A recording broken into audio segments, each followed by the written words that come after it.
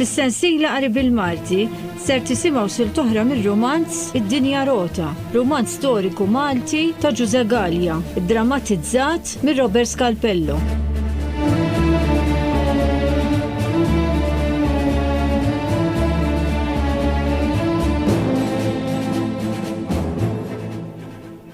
Insemmilkom u nilqakom għad-9 episodju.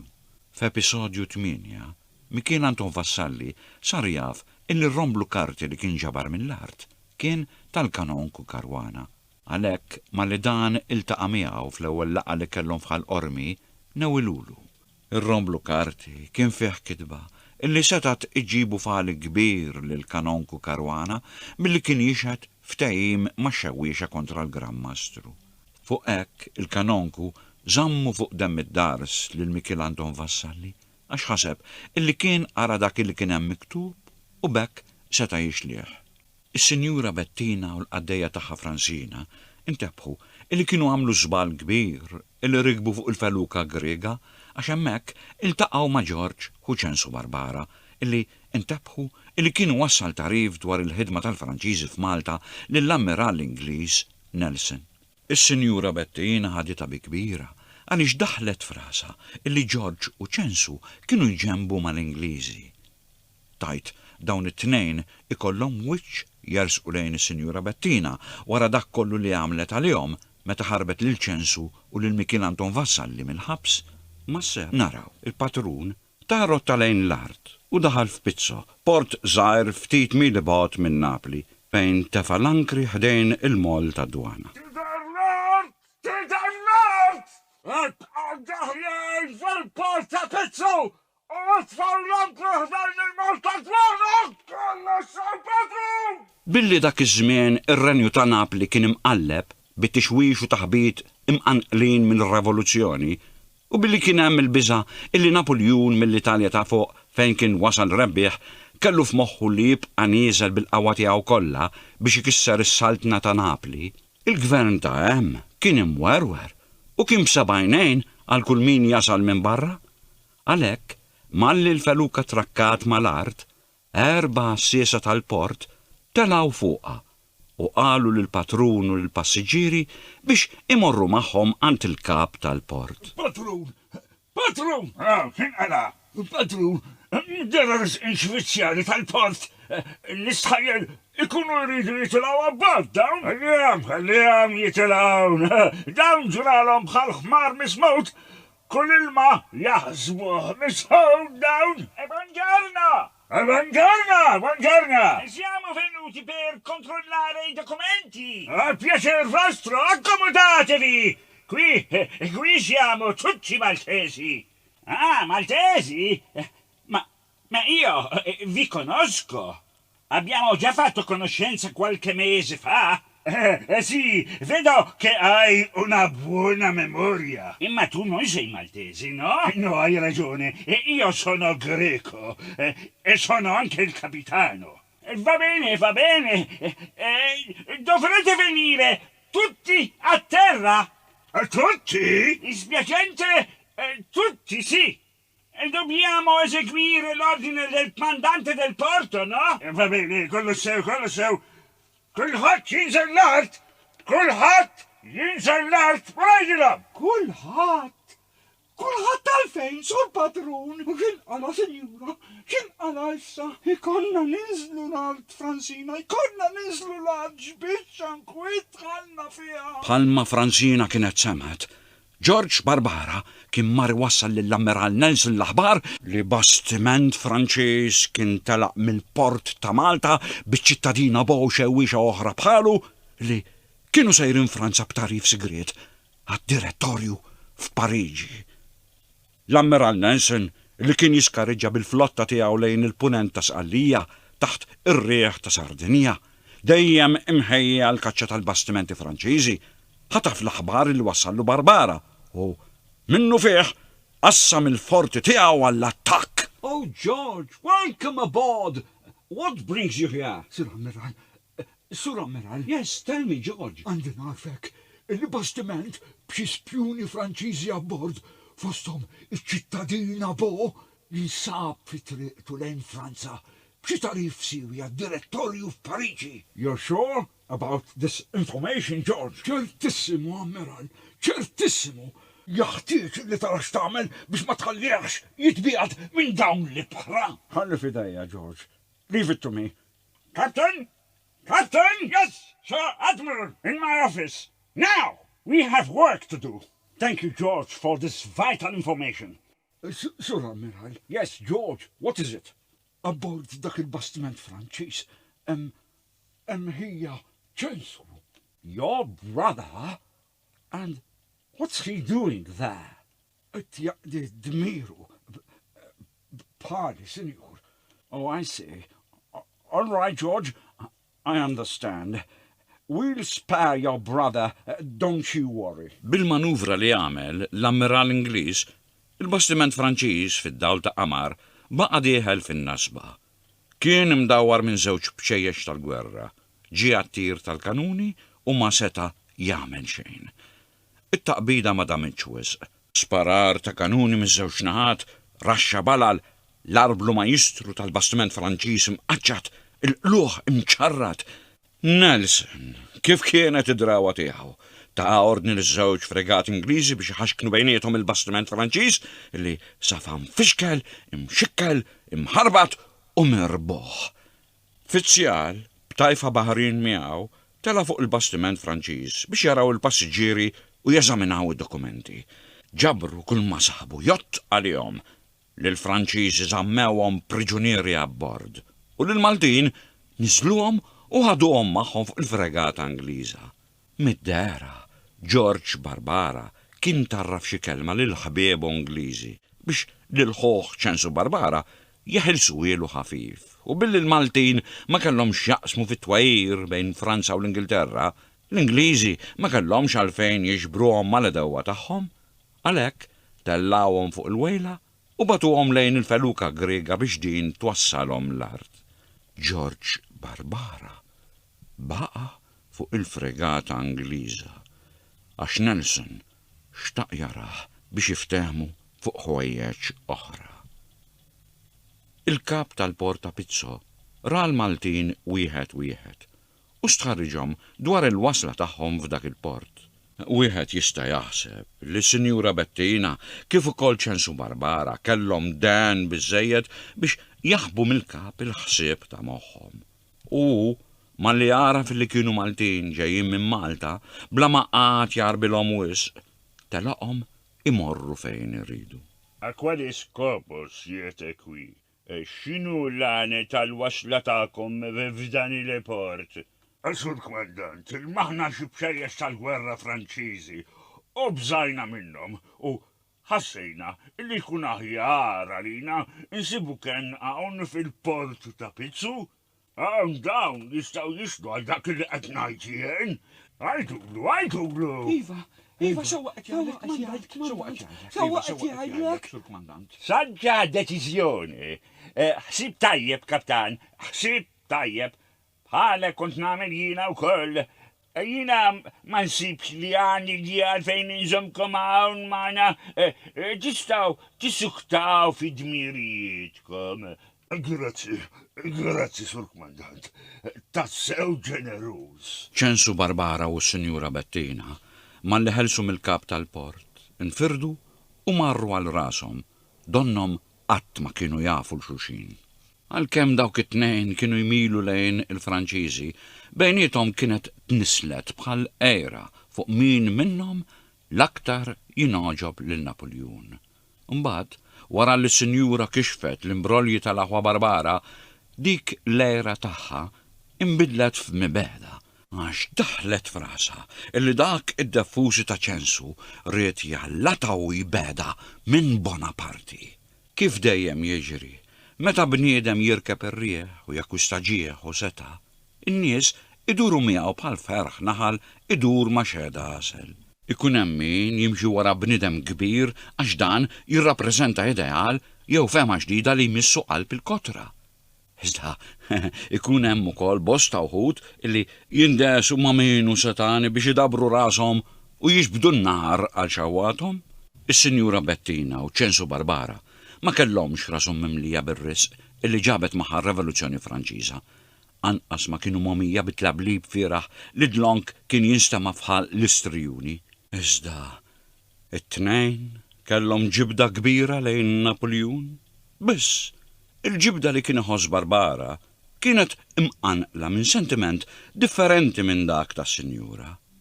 Ċensu Barbara kien jara f'Napoljun il-fidwa tal-bniedem żgħir mill-madmad tas-sidien u tal-Onja, għax meta dak il-ġeneral minn daqsxejn ta' fizzjal seħħlu jilħaq kap tal-armata u sar l-aqwa mexxej ta' Franza, u kien fetaħ it-triq għal-oħrajn monija bħila, dan, fema u rieda qawwija li jintrefgħu u jgħaddu l-qudiem.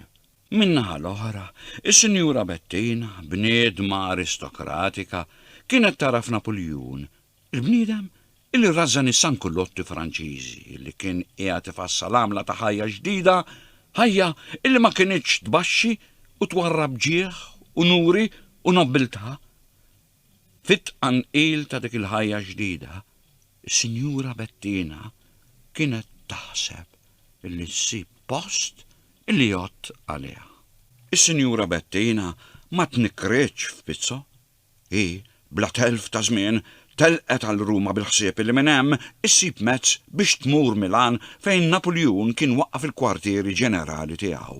U hekk tkun l-ewwel waħda li twassallu l-aħbarijiet fuq dak li kien qiegħed jinħema f'Malta b'risq il-Franċiżi. Hi kellha f'moħħha illi bekk tikseb il-ħbiberija ta' Napoljun u tibqa' tiddannan u tiddaqqaq għalajn ix-xemx ta' dak il-bniedem magħżul minn Marte.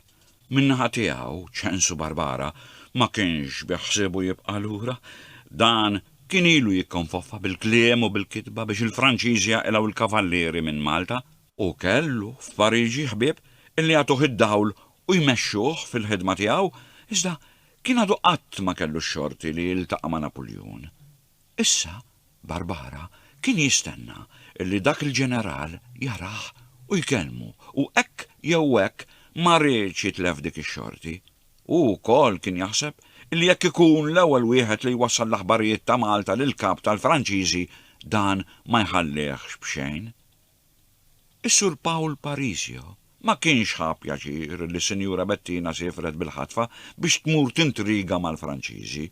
U ma kellux ġibda kbira lejn il-Franċiżi u lanqas lejn il-kavallieri, u għalkemm kien jixtieq li hu u niesu jibqgħu jgawdu l-post qoli tagħhom, ma kienx bniedem li jmur ifittex ksirilon biex tgħaddi tiegħu.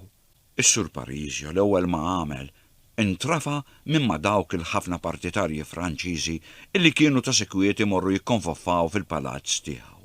Imbagħad inqata' wkoll mimma l-kavallieri illi kienu mitħla tiegħu u biex jevita lil dawk il-ħbieb għalaq il-palazz li kellu fil-belt u mar joqgħod fil-palazz ieħor li kellu fin-Naxxar. U biex jiderri għatta żmien, is-Sur Parisio beda jagħmilha ma' qaribu l-Konti Salvumanduca mal-Kanonku Karwana u ma' oħrajn tal-qata tagħhom. U ma damx m'għandix magħhom tant illi stidnuh imur għall-laqat tagħhom fl-ispiżerija ta' Sur Slawgat tal-Qormi. Bħalma għadna, f'dik l-ispiżerija kienu jiltaqgħu ħafna rġiel sewwa u tal-galbu biex iqattaw satejn jitħattu fuq il-ġrajiet tad-dinja u l-aħbarijiet ta' Malta. Kienu jitkellmu fuq kollox, imma dur u dur il-kliem dejjem fl-aħħar kien jaqa' fuq il-gvern tal-Gran Mastru, fuq it-tixwix u t-tnassis ta' min reti tajjar il-kavallieri minn Malta u jġib flokhom il-Franċiżi. Il-ħidma kontra l-kavallieri kienet saret ħaġa magħrufa. Dawk li rridu jqerduhom minn Malta bdew jerfgħu rashom l-aktar meta kienu jaraw l-irtubija tal-Gran Mastru, l-bruda tal-kavallieri. Kulħadd kien iħoss li kienet ġejja xi taqliba kbira fuq din il-gżira. U kull min kellu dan seta' jifhem illi dik it-taqliba kienet sejra toqros il-poplu Malti kollu, għalhekk kien jaħtieġ illi wieħed iħejji ruħu biex ma li jinqalalawx in-nies ta' Malta ikunu għalenija. Biex isaħ dan kien hemm bżonn li nies tal-għaqal jixterdu ma' kull naħa tal-gżira kull wieħed fejn l-aktar li kien magħruf ħalli meta jasal il-waqt huma jmexxu n-nies tan-naħa tagħhom. Minħabba hekk, fl-ispiżerija ta' Ħal-Qormi, barra l-rjuż tar-raħal, kienu wkoll jiltaqgħu nies mill-inħawi ta' Malta kollha, bħas-Sur Viċenz Borġ ta' Berkirkara, raġel miżmum fuq l-idejn mill-Karkariżi li kienu laqmuh braret, il-Konti Saver Manduka li l-kelma tiegħu kienet issarraf ħafna fost in-nobli tal-imdina, in-Nutar Manuel Vitali li r-rabtin kienu jaħilfu bih, il-Kanonku Franġisku Saverju Karwana, ras kbira minn Ħażebbuġ, il-Perit Mikiel Kakija, magħruf maż-żwieten kollha, is-Sur Ġuże Qasa li kellu seta' kbira fost dawk ta' Ħalluqa. Dawn il-ħbieb laqgħu magħhom bil-qalb kollha lis-Sur Pawl Parisio. Raġel stmat wisq minn xarin u għalhekk kien mistenni li huma imorru warah jekk hu jitħajjar imexxihom. Is-Sur Pawl kellu żmien u mezzi kemm irid u ntefa' bi ħrara kbira f'dik ix-xirka ta' Ħal-Qormi. Beda jmur fl-ispiżerija ta' Suslaw kull filgħaxija u malajr indaħal ta' ġewwa ma' dawk il-ħbieb illi kienu jinġabru hemm. Wara ftit, is-Sur Parisio ftiehem illi jieħu lil Mikiel Anton Vassalli fil-palazz tiegħu tan-Naxxar. Vassalli kien qiegħed bi kwietu fil-moħba tiegħu ġewwa l-Barumbara ta' Salvuċilja. Binar kien jgħeda fl-istudju tiegħu dwar l-ilsiem Malti. Fil-għaxija, wara li jidlam, kien jasal wasla sal-ispiżerija ta' Suslaw u minn hemm sikwiet kien jaqbes qabża sad-dar ta' Sinjura Rosanna biex jara l-Margarita ta' qalbu. Imma kien hemm tnejn min-nies li xtaqu li Mikiel Anton jitbiegħat minn Ħal-Qormi. Il-Kanonku Karwana li baqa' jewden fuq dak ir-romblu karti li kien wassallu Vassalli għax kien fil-għama jekk dak is-sażuħ kienx kixef il-għawar tiegħu mal-partitarji Franċiżi. Is-Sur Eugen Manduka kienu koll jixtieq ibegħat lil Vassalli minn Ħal-Qormi għax hu wkoll kien xeħed għajneh fuq Margarita. Mikiel Anton Vassalli ma kellux għalfejn iwarrab minn dik il-Barumbara kennija ta' fuq wiet il-kbir, iżda hu ma kienx bniedem ta' rieda qawwija u għalkemm kien aktar xlaraf fost il-ħbieb li kienu jiltaqgħu fl-ispiżerija. U ma kellux ħabta biex iġiegħel tgħaddi il-fema tiegħu. U ma kienx ħobbi ħaqqa u jitmasħan fil-kwistjonijiet li jinqalgħu u kien dlonk joqgħod għalli għajdulu biex ma jġibiex bitwila. Fuq hekk, kontra qalbu, Vassalli aċċetta illi jmur jistaħba fil-palazz tas-Sur Parisio fin-Naxxar. Vassalli kien ilu li xaħed għajnejh fuq Margarita u kien irida bl-art u l-baħar. Iżda kien bniedem ta' fommu sieket u ma kellux il-ħila jorija bid-der il-ġibda illi kien iħossa liha. Għal-kuntrarju, Sur Eugen Manduka kien jagħmel minn kollox biex juri mħabtu lil dik ix-xbejba u kien miġnun wara għalkemm kien jaf li l-familja tiegħu ma kinux se jilqgħuha b'idejhom miftuħin. Huma illi kellhom moħħhom mimli bin-nobiltà kienu jażlu li binhom ma jiżżewweġ ħlief lil xbejba nobli bħalhom. Barra dawn iż-żewġ żgħażagħ kien hemm ieħor mitluf wara Margarita, Dovik Abela, żagħżugħ Qormi, bin it-tajjeb, kien iħobba bil-ħrara ta' qalbu kollha, imma kien jibqa' lura għax kien jaħseb illi hi miġbuda lejn xi wieħed mit-tnejn l-oħra u ma kienx irid jitilfilha xortiha. Margarita, għalkemm kienet xebba sewwa u rżina, kellha għaqal biżżejjed biex tara fil-ġibda li kellhom lejha dawk it-tliet żgħażagħ u għalkemm ma kienitx mitlufa wara l-ebda wieħed minnhom, hi kienet tħoss bħal tferfira f'qalba u bħal fewġa ta' għena kienet tħamrilha l-ħaddeha kull meta wieħed minnhom kien jersaq leha u jkellimha. Id-deħra tas-Sur Eugen kienet timlilha rasa bġieħ u nuri. Mikiel Anton kien iqan lilha fawra ta' ħlewwa, filwaqt li Dovik kien iħannila l-qalba f'għaxqa ta' għena u slim. Dawk it-tlet żgħażagħ kienu mitħla tad-dar ta' Margherita u kienu ħbieb ta' Ħuta, iżda hi imrobbija tajjeb kif kienet, qatt ma ħalliet is-sentimenti ta' qalba jaħkmu fuq l-imġieba tagħha, għalhekk dejjem baqgħet lura u qatt ma tatx jaħseb lil xi wieħed minnhom illi hu kien l-għażla tagħha. Meta Margherita semet illi Michel Anton Vassalli kien mar in-naxxar, hi ħasset bħala għafsa ta' qalb, għax iż-żjarat tiegħu fid-dar ta' omma ma kinux idejquha. Imma ma kienitx l-ewwel darba li binkejja tagħha kienet rat il dak iż-żagħżugħ immexxi minn ħadd ieħor u meħud il-bogħod minnha. Inċerta wkoll li dik il-ħabta is-sur Eugene Manduca kien ġej u sejjer għandhom. F'dawk l-aħħar snin tal-ordni f'Malta, ħafna mill-kavallieri biex jinħabbu mal-Maltin u jżommuhom maqudin mal-ordni ma kinux jistmerru jitħaltu magħhom u kienu jaċċettaw bla tkewtil stedin fid-djar il-Maltin. Bosta nobli u għonja biex jagħmluha ta' kbar kienu jistiednu l-kavallieri għal festi u għal okkażjonijiet ta' ferħ li jkollhom fil-palazzi tagħhom. Kienet waslet il-festa ta' San Ġorġ u ħal-qormi kien mixew l-bidwal u allegrija.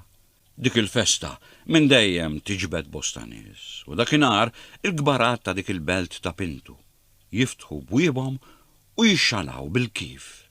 Il-Konti Manduca li kellu l-palazz tiegħu dejn il-pjazza għamel festa kbira u stieden l-aqwa nies ta' Malta ma' ħafna kavallieri li kienu ħbieb tiegħu jew ħbieb tal-ħbieb tiegħu. Imma l-Konti ma kien jagħmel xejn għal xejn u l-familja tiegħu ma kinux kuntenti illi Eugene binhom kien iħares lejn xbejba illi missiera kien naqra ta' impjegat. Għalkemm hi tifla sewwa ħadd ma jista' jgħid taqal minn isimha. Il-Konti u l-Kontessa aktar minnu xtaqu jagħmlu minn kollox biex ibegħdu lil Eugene minn Margherita u paspru dik il-festa biex ilaqqawh ma' xbejbiet oħra u liet in-nobli illi stiednu għal-festa. Nar San Ġorġ, id-dar tas-Sinjura Rosanna baqgħet magħluqa minħabba l-luttu u ħadd minn ta' Barbara ma ħareġ għall-festa. Imma wara nofsinhar xi ħadd mar ħabbat il-bieb u meta Margherita marret tiftaħ sabet ma' wiċċa lis-sur Eugene Manduca. Dak iż-żagħżugħ kien ħalla l-festa u telaq mill-palazz ta' missieru biex imur isabbar il-ħanina tiegħu u joqgħod ħdeha fil-waqt illi niesu kienu jgawdu l-festa. Dawk ta' Barbara laqgħuh bil-qalb lil bin il-Konti u daru bih. Is-Sinjura Rosanna dlonk femeċ kien il-ħsieb ta' dak iż-żagħżugħ l-aktar meta rat il-ħmura li telat f'ħaddejn binta u d-dija li leħħet f'għajnejha. Margherita ħasset għaxqa ta' ferħ. Imma dik il-għaxqa ma damitx ma nbidlet f'imrar.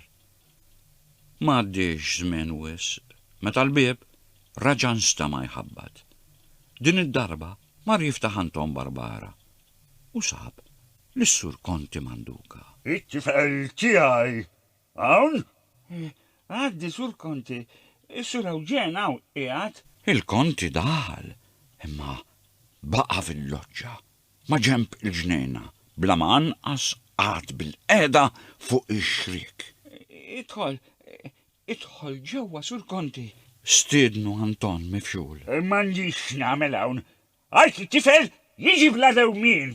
Madana kollu, is-Sinjura Rosanna u Lieda u sur Eugene li kien għaraf laħan missieru niżlu biex ilqgħuh fil-loġġa. Imma il-Konti baqa' qiebes u merfuħ b'wiċċu mqarras bla ma kellem il-dawk ta' Barbara u dar fuq ibnu u qallu blaħan imqit. Int hekk tagħmel garantom tħalli lill-mistednin u titlaq lil kulħadd biex tiqi hawn. Is-sur Eugene inkiser, wiċċu sar ġamra nar. Kien se jibda jlaqlaq xi ħaġa ma missieru għatalu fil-qasir u blaħan ta' kmant ordnalu. Missier tieni żmien imxi issa stess fejn qegħdin jistennewk ħbiebek. Is-sur Eugene dbikkem u baqa' bejn ħaltejn. qalbu kienet tixtieq u jibqa' fejn kien iżda d-dera għal rieda ta' missieru kienet samtitu u ħallietu bla ħeġġa. Mister, smajtni? Għajjat il-Konti meta ra l-ibnu jitnikker. Margarita il-waqfet f'ras l-erba' tarġiet ta' tar fil-loġġa. Malli semat il-Konti għajjat, rexet, daħlet tiġri l-ġewwa biex ma tinfex f'bikja qudiem l-oħrajn. Is-Sinjura Rosanna li bħalu lieda kienet baqgħet mibluha u mbikma l-imġieba tal-Konti, f'daqqa waħda qamet fuq tagħha, daret lejn is-Sur Ewġen u ssietu b'ċanfira. Mur fejn iridek, missierek. Hawn m'għandekx għalfejn tibqa'. U fl-istess ħin sejħet lil qaddejja biex iġġib minn ġewwa l-kappell tas-Sur Ewġen. Ġiblu l-kappell minn ġewwa. Iva, Sinjura. Is-Sur Ewġen infixel. Id-dem telalu għal wiċċu, xufteħ bdew jirtotu donnu rrid ilissa xi kelma, iżda ma kellu ħila jgħid xejn. Kien jidher li r-rieda tiegħu kienet taħt il-madmad ta' missieru. Bajneħ baxxi lejn l-art, li jieżen u mriex resaq lejn il-bib donnu fellus mill-blul. Qabel ħarġu, il-Konti dar lejn is-Sinjura Barbara. Imtlewa l-qudiem u mat-taridu b'tislima ta' qima u qalilha.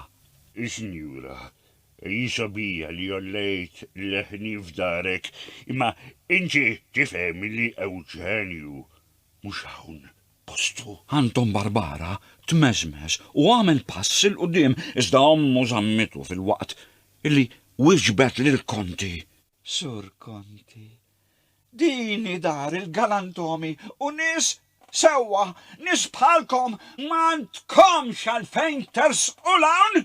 Minn dak il-ħin bejn dawk ta' Barbara u nies il-Konti għam saram li bħal medda xewk u għolliq baqa jikber bejnietom u jifridhom minn xulxin. Imma għali jiġi fuq ieħor. Wara dik il-fettuqa mal-Konti, is-Sinjura Rosanna u lieda inqalalhom maqqux ieħor li swielhom inkwiet mhux ftit. Ġietom l-aħbar li Michel Anton Vassalli inqabad fil-palazz ta' Parisio u raġaw tefawh il-ħabs. Allum se nieqaf hawn, sa ma nerġgħu niltaqgħu islim.